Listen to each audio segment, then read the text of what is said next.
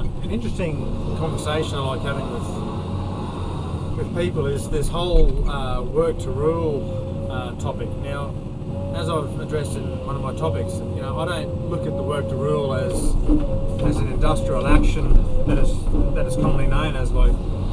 generally when a workforce is disgruntled in some way, and unions get involved, or just without the unions, just the workplaces, they'll end up arguing and they'll slow the job down by working to rule, and it's a form of punishment for the organisation, or some sort of means to get the organisation to take a little bit of notice of what's being asked. That might be can we get a pay rise, or can we have safer working conditions, as in like with police and things like that, military, or generally we just want a fair increase in our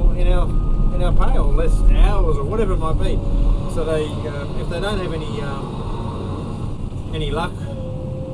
and I use that term loosely, luck, but if they don't have any luck discussing with the organisation and coming to some sort of agreement, then the workers will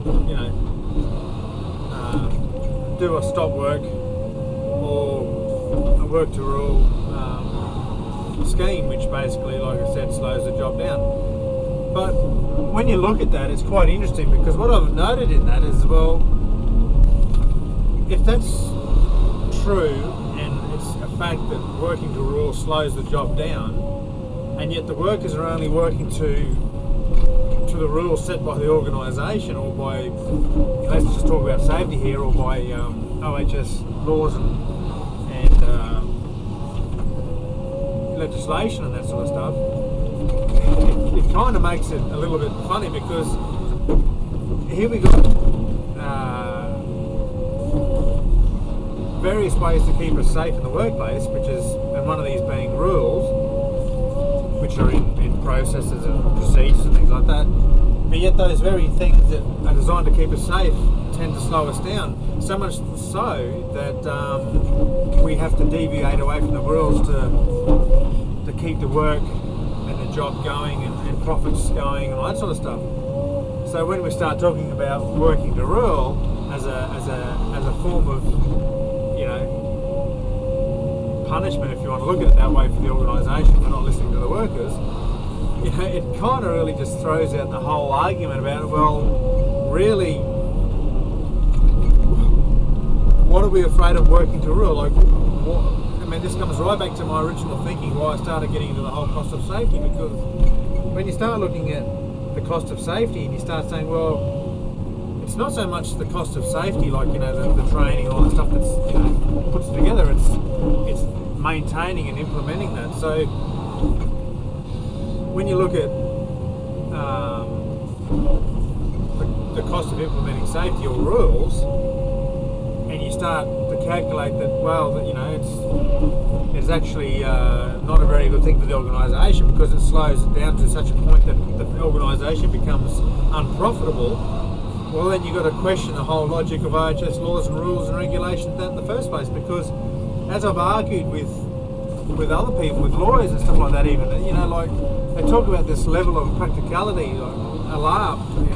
as low as reasonably practicable, and it's like, well, I've said you can't reach it, and they go, oh, you can, blah blah blah, and it's like, yeah, well, you can, it's like zero harm. I mean, you can in certain situations, but collectively there wouldn't be one organisation out there that can actually openly admit and say that they are meeting alarm in everything that they do. And it's only when they have an accident or an incident that becomes self-evident, because well, for one, they've had the accident, so obviously when they do the investigation, they can look back and go, well, yeah, the reason why we had this is because this rule wasn't being followed, or this process, or this procedure, or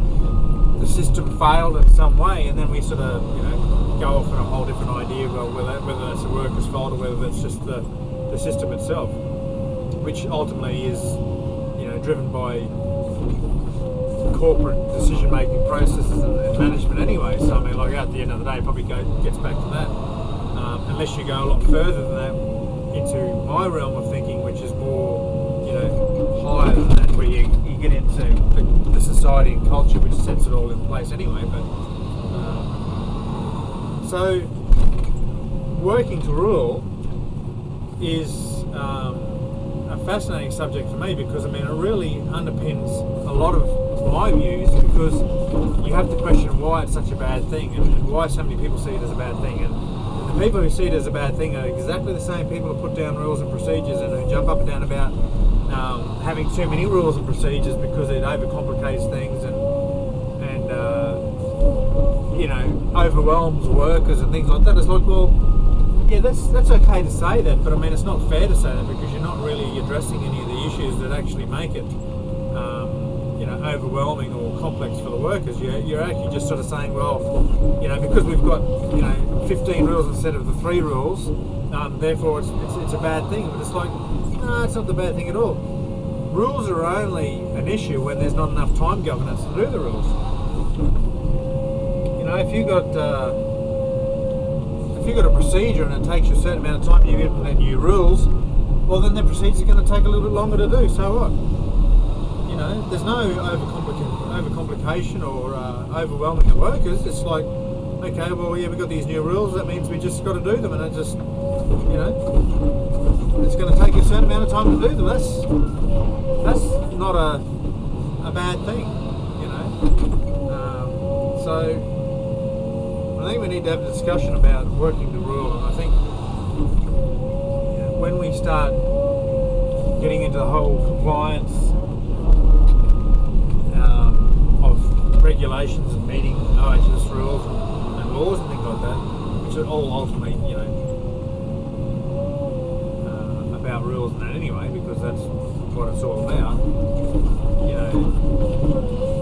we've got to appreciate that as that's what safety is, and safety is part of the task we do, even though it's not seen that way today. Like we don't see, as I said in my last little talk, we don't see safety calculated in a time cost when we're doing a task. I mean, so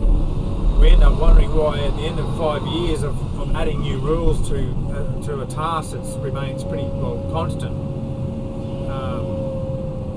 You know, that the reason why that's causing more failures and accidents is because workers are having to find ways to keep on track with the time schedule that is set 5 years earlier without all the new rules, and that to me is the biggest failure, because I mean, like, we're not